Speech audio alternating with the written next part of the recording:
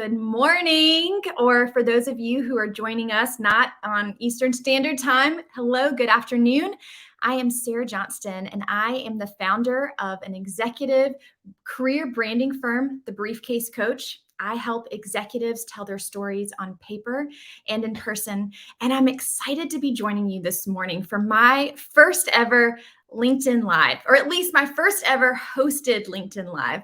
I've been a guest on dozens of lives before, but this is my first time hosting one myself, and I have to admit, I'm just a little bit nervous. So thank you all for joining. And I just want to give a shout out to some friends who are here. So thank you all for being a part of this conversation. I know that, those of you who are joining me live, I'm excited to see you. So today we're going to be talking about the creator space. And this is a topic that I've been really interested in for a while. And I've had the privilege of getting to interview a number of creators, some who've been very successful and some who've been, not as quite as successful. But it's an interesting space. And I just want to take a second and acknowledge some folks this morning. Thank you, Sweta, for being here. Sweta is a career coach who works with a lot of first-generation Canadians. She's phenomenal. So thank you for being here, Sweta. Thanks, James, for being here. And Eris, I'm really excited to have you join us this morning. So thanks for being a part of this. I think when most people think about creators, they think about the big guys like the Kim Kardashians or the Mr. Beast from YouTube. But did you know that over 50 million people consider themselves creators? And if you want to put that into perspective, there are 3.2 million educators in the United States. Public school teachers, private school teachers. So 50 million people consider themselves creators. There's only 3.2 million educators in the US. So this is a massive space. I also want to point out that I have seen a shift over the past few years. And the creator space has gotten a lot more respect than it has in the past. My clients at the Briefcase Coach are all executives or C-leaders, and I've seen great interest from my clients in kind of wanting to dip their toe a little bit in the creator space. And for a variety of reasons. I've seen people start creating content or start producing their own courses because they want to gain visibility in their industry. They want to be viewed as a thought leader in their space. Or perhaps they want to learn new skills. Maybe they're interested in writing more or honing their video skills. Or, and this is a reason that I'm seeing really gaining traction, I've seen people want to take ownership of their career. They want to maybe dip their toe in the entrepreneurial space with the idea that maybe they'll take this full time, like my guest did today. So I am really excited about bringing up Anders, but before I do, I want to put out there that I want to hear from you today. I want this to be a conversation. So please feel free to ask questions throughout. We will answer your questions at the end, and I will make sure that if we don't get to all of the questions here on the live today, that we will answer them in the comments section, and we're really excited about those. And this is also a great moment for you to tag someone that needs to be in this conversation. Do you have a friend that is wanting to dip their toe in the creator space, or someone who wants to make more money as an entrepreneur? Tag them below, either if you're listening live or if you're listening later. They need to hear this and would love to let them ask questions to us during this time period. So without further ado, I'd like to go ahead and bring up Anders Liu-Lindberg. You guys are in for a treat. Good morning, Anders. Good morning, Sarah. How are you doing? I'm great. For those of you who do not know, Anders was in a senior global finance position with AP Moller-Maersk, a Fortune 200 company. And you started creating content maybe 4 or 5 years ago. Is that about right? Yeah, probably so. I think, the journey probably started all the way back in 2012, but, small baby steps, and suddenly it grows and explodes. And I think we'll talk a lot about that today. Yeah. Well, I've been following you. I think you got on my radar maybe 4 years ago when we were in a LinkedIn newsletter pilot group. And that's when I first started learning about your voice. Things evolve over the years. And now I would say you're a true thought leader in the finance space. You're kind of one of the 10 people that consistently get on list of like the top finance writers out there. So congratulations to you on all that you've done. I know that you left the corporate world about 2 years ago, and now you're running the Business Partnering Institute. So yeah. So let's just jump right to it. How did you get started? So I think, my whole career, I guess, started as a hopeful professional that wanted to become a CFO in a global company. And then I sort of picked up that personal branding piece that you also spoke about in your intro, Sarah, right? Taking charge of your career. I thought, everyone is talking about that, so I should do something about that as well, which also led me to be more active on LinkedIn. And I don't know when it happened, but at some point, I guess it felt like the personal brand sort of overtook that corporate career to a point where it started pushing me out of corporate, and people were like, shouldn't he go do some other thing? And then I went to do some other thing, and it suddenly, the personal branding led to the whole, creator space, and it's just been such a wild ride, and imagining all of this happening. Absolutely not, right? And today we have a company that, it's not just me, of course, we have other partners as well, but that's probably maybe wouldn't have been here, at least not in the shape and form it is today, if I hadn't started this journey. Yeah. So, there are a lot of definitions about what a creator is. And some of them, I'll be honest, I don't like those definitions. But one that resonates with me is creators are people that build a footprint on social media platforms. So I assume you see yourself as a creator? No, absolutely. And I think, as you mentioned yourself, right, there's a lot of maybe bias and stigma against creators out there, right? Also because of the whole, let's say, influencer marketing bit on Instagram and other platforms. But to me, it's really all rooted in just wanting to help finance and accounting professionals be successful in their careers and share as much advice, guidance, thoughts that I can to sort of push them in a gentle way in the right direction. And I think if we're centered on purposes like those, I think the creative space is just a fantastic drive and force to be reckoned with to help people succeed in their careers. Yeah. So it can be a bit overwhelming. There's so many places where you can create content. You've got TikTok, you've got LinkedIn, you've got YouTube, we could go on and on. So where are you? Where have you chosen to spend your time, and how did you make that choice? So I'm all about LinkedIn. I mean, I do have Twitter and Instagram profiles, and I do have long-term plans of maybe growing that as well. But the size difference between those, they're just they're not comparable, right? So I'm all in on LinkedIn, and I just keep building there on LinkedIn, right? You mentioned the newsletters bit that we were both part of starting in the first beginning, and of course that was early days. But today that's 210,000 subscribers across 2 newsletters for me, right? And then that's more than I have followers, right? And that's every week they get an email from one of my 2 newsletters saying, here's a new piece of content that can hopefully help you on your way.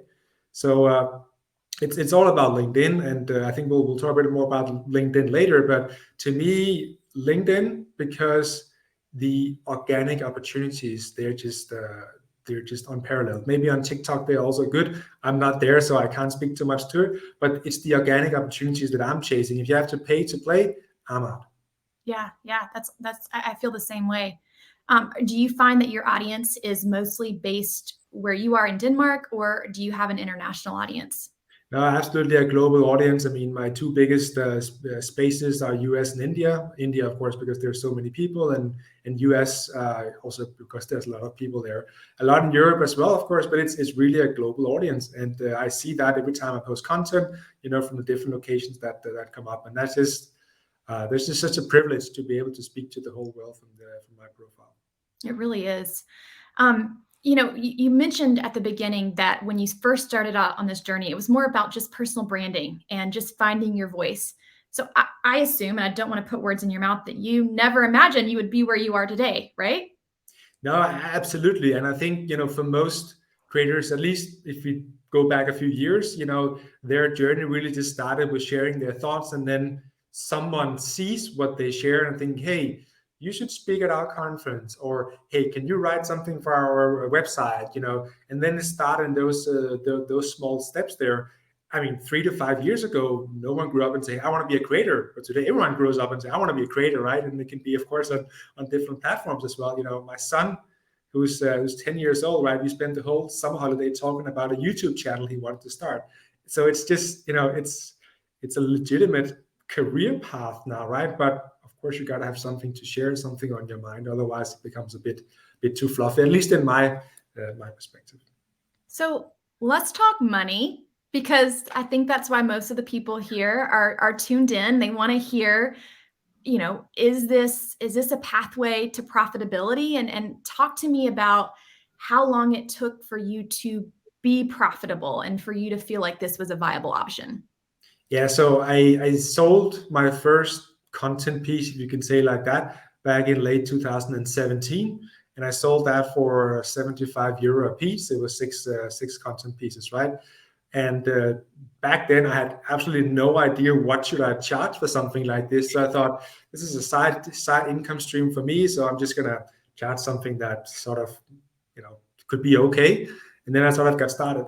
But and then opportunities came along the way. But I think the inflection point, if we can talk about that, really came in August 2020, when we decided at BPI that we should put this on as a product, right? So we actually have a product called influencer marketing and sponsorships, where typically tech companies in the finance and accounting profession can tap into different products, such as posts on LinkedIn, articles in the newsletter, webinars, and other bits.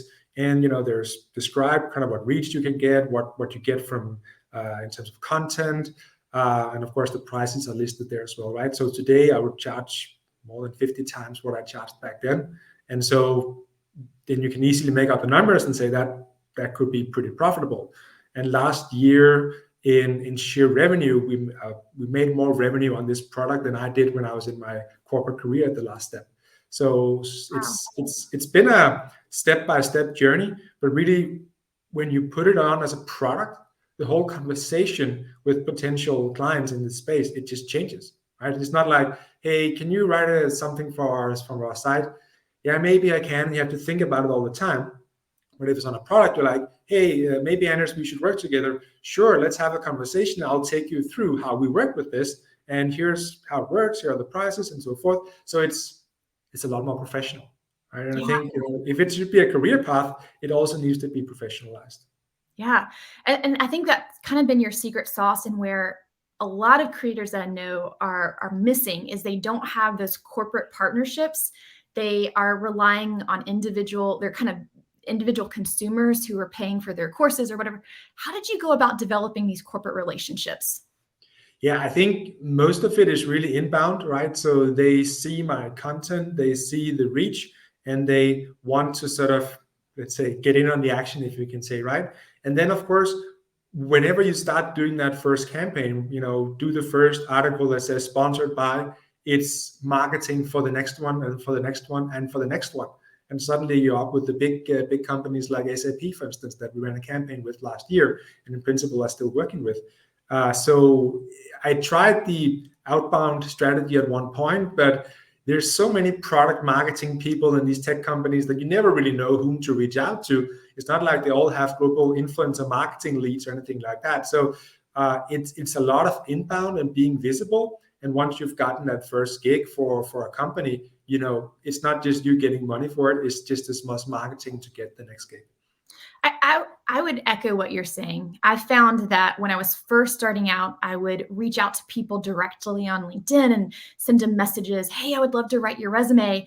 And it was crickets. And, people didn't respond to me, and maybe they even unfollowed me or unfriended me. And, people don't want to be spammed.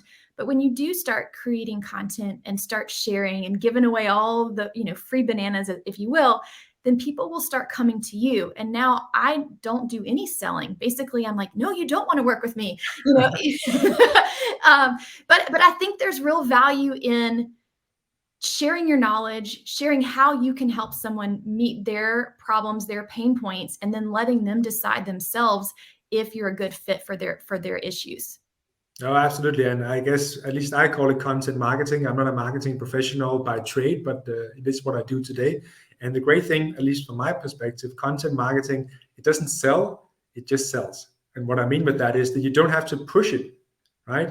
You just have to put your thoughts out there. What are the challenges that your audience are dealing with? What could be potential solutions? And then it sort of all flows in natural ways. And we get lots of leads also for our business in this way, and we do some outreach sometimes, and even some of the outreach actually turns into some pretty good deals. So it's all about that credibility of being an established name on the platform that goes a long way, right? If you're just in the early days and you don't have that, platform or credibility, and you try to send outreach to people, as you also experience yourself, Sarah, you get the crickets, right?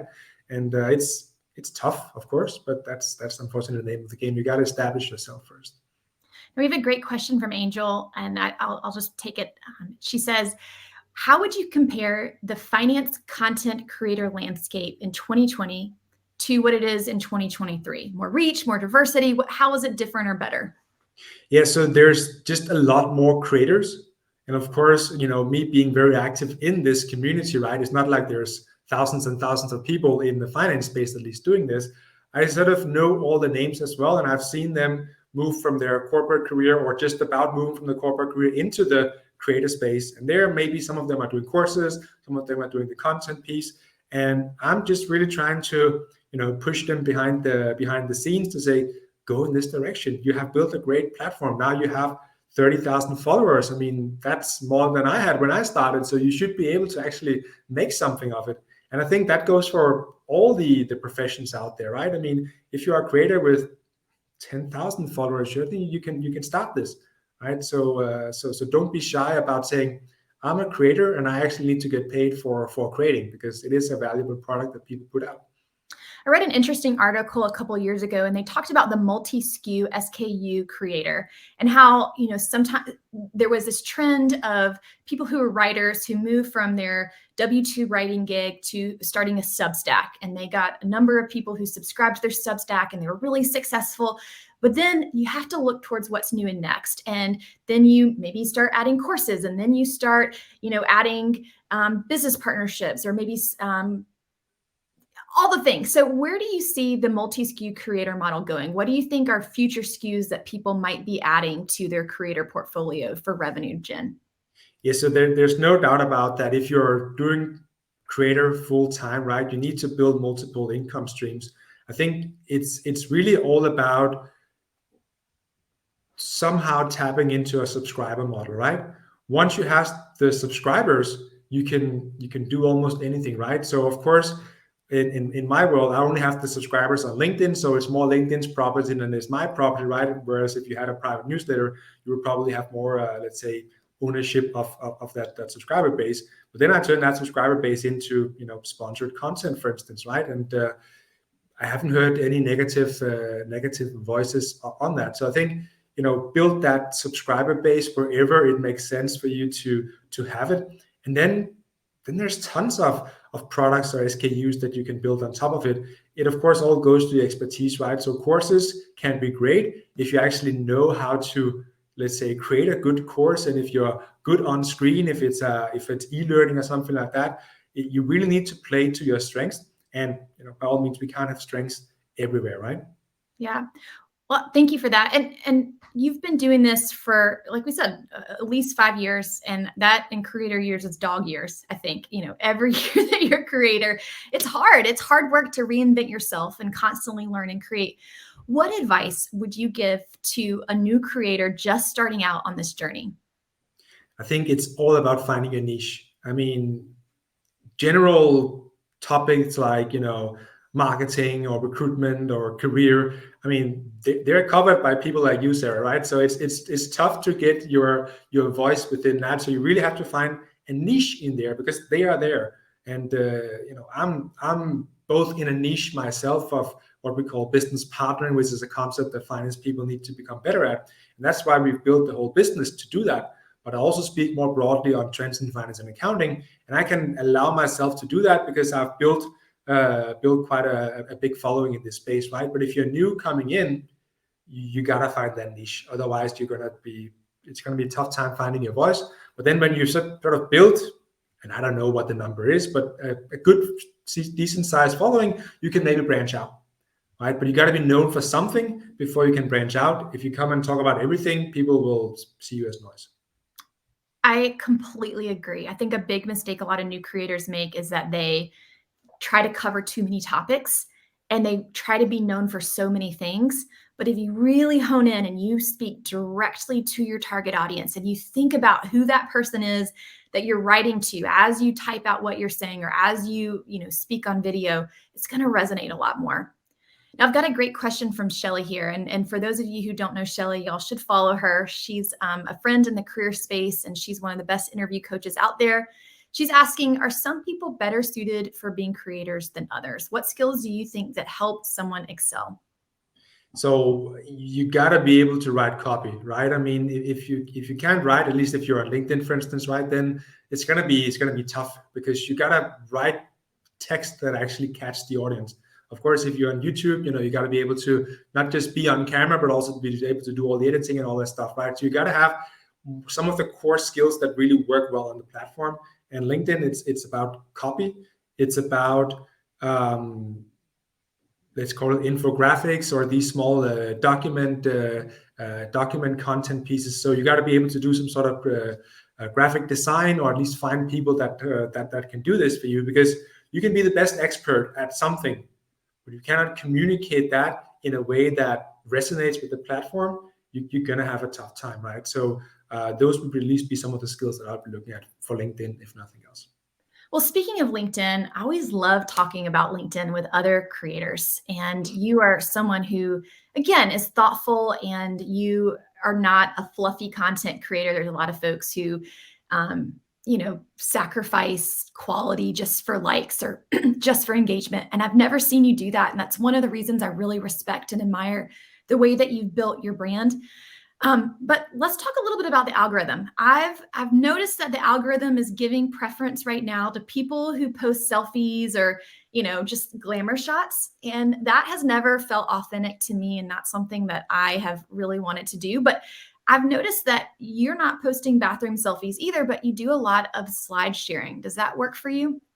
Yeah, I mean, speaking of the algorithm, that's probably the main reason why I don't have so much hair left, right? Because it keeps changing and challenging us to figure out new ways of putting the content out there. But yeah, these slide shows, I mean, they've always been good, but I think with the introduction of the concept of dwell time, they became a lot better. So you need a lot less engagement for a slideshow, for instance, to go viral. We can always discuss what that is, but a text post will need a lot more engagement than a document post to actually reach a bigger audience. So I was sort of studying an adjacent space to finance and accounting within data analytics, and they were doing this all the time. And I saw these creators grow to 100, 200,000, 300,000 followers.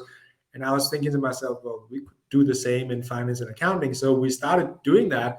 And I think, last year I grew more than the previous 4 years, 5 years altogether.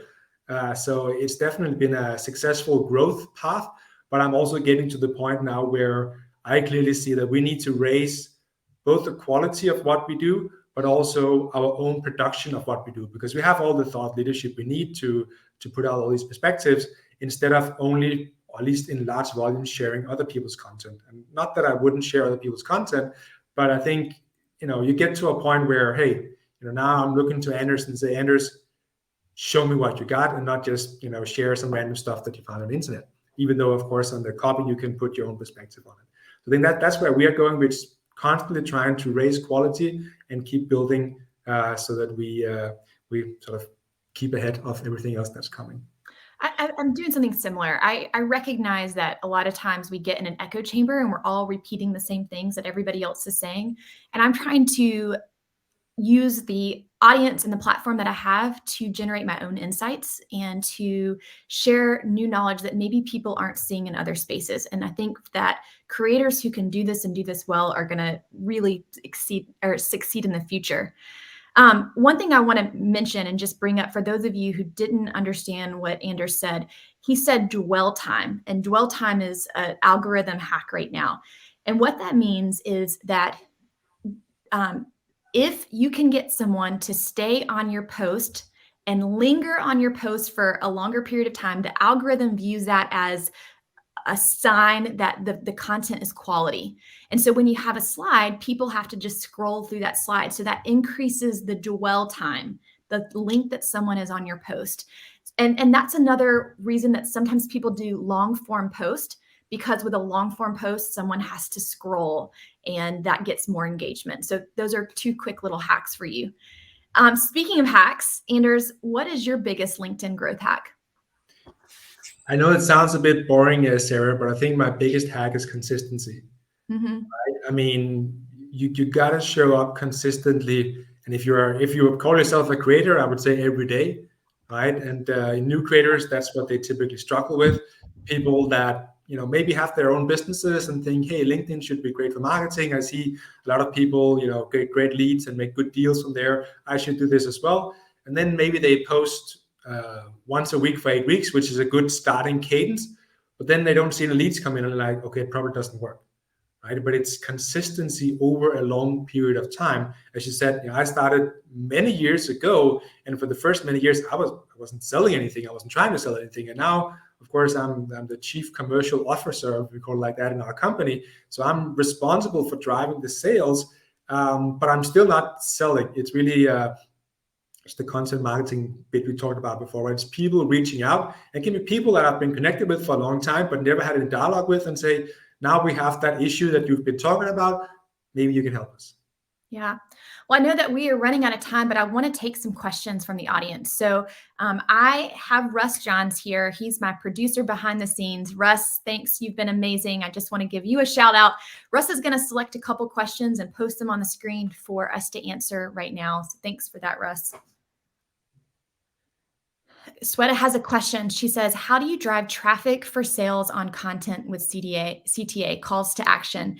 What are examples of calls to action?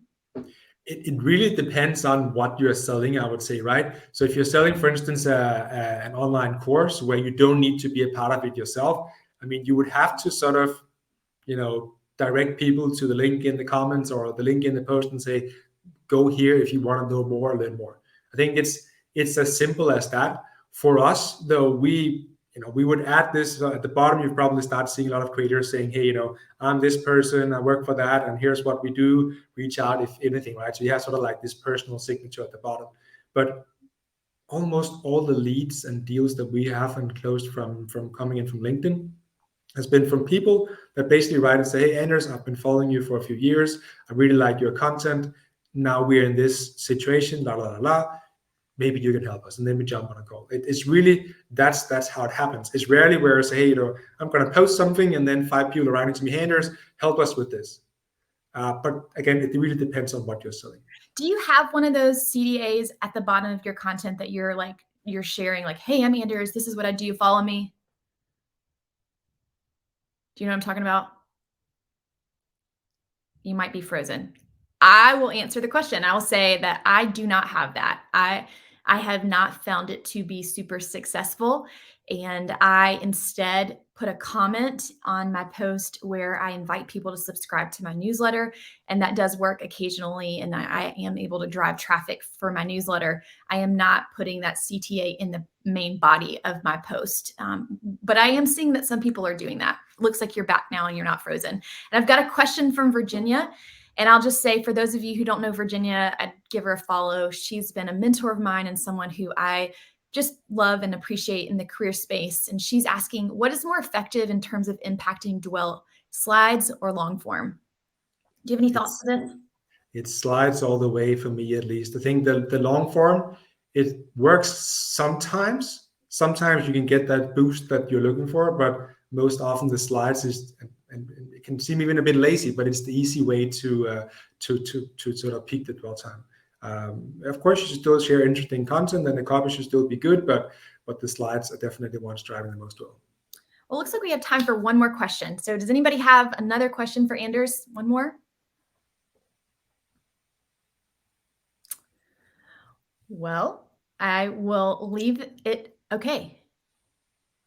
To go back to agriculture farming for a living in this time. I don't know. Okay. Well, We will answer questions, continue to answer questions in the comments. So if you're not able to watch this live and you are checking this out tomorrow, the next day, and you want to get your question answered, I will be checking the comments and would be happy to answer your questions. So Anders, we'll just leave with this. How can people find you? What is a way for people who like this conversation, who want to engage with your services, how can they find you? Really just go follow me on LinkedIn. If you try to connect with me, you're probably in for disappointment because I can't have more connections. So just go follow, and I'll be sure to engage when you engage. Well, and will you tell us too, what types of businesses do you like to partner with? So for people who are listening today, who are in the finance space, who are finance leaders, who do you typically work with?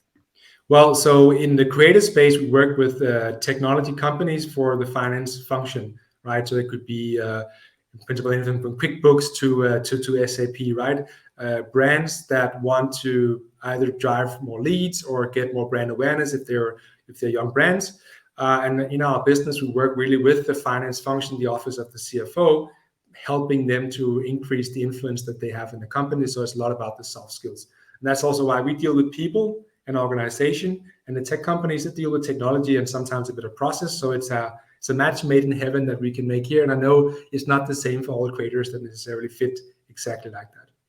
Well, thank you so much for joining me. This was really fun. I appreciate your time today. And thank you guys all for joining me. I want to give a quick shout out to Anna, to Daniel Dewey, to George Wang, to Farad. Thank you all for being a part of this conversation. I hope that you found it helpful. If you did, give us a thumbs up, give us a like, tag your friends, and join me again. I'm going to start doing a regular cadence of these interviews and would love to have you listen live to my next interview. So thanks for being here and have a wonderful Friday. Thank you, Sarah. Hey, thanks, Anders.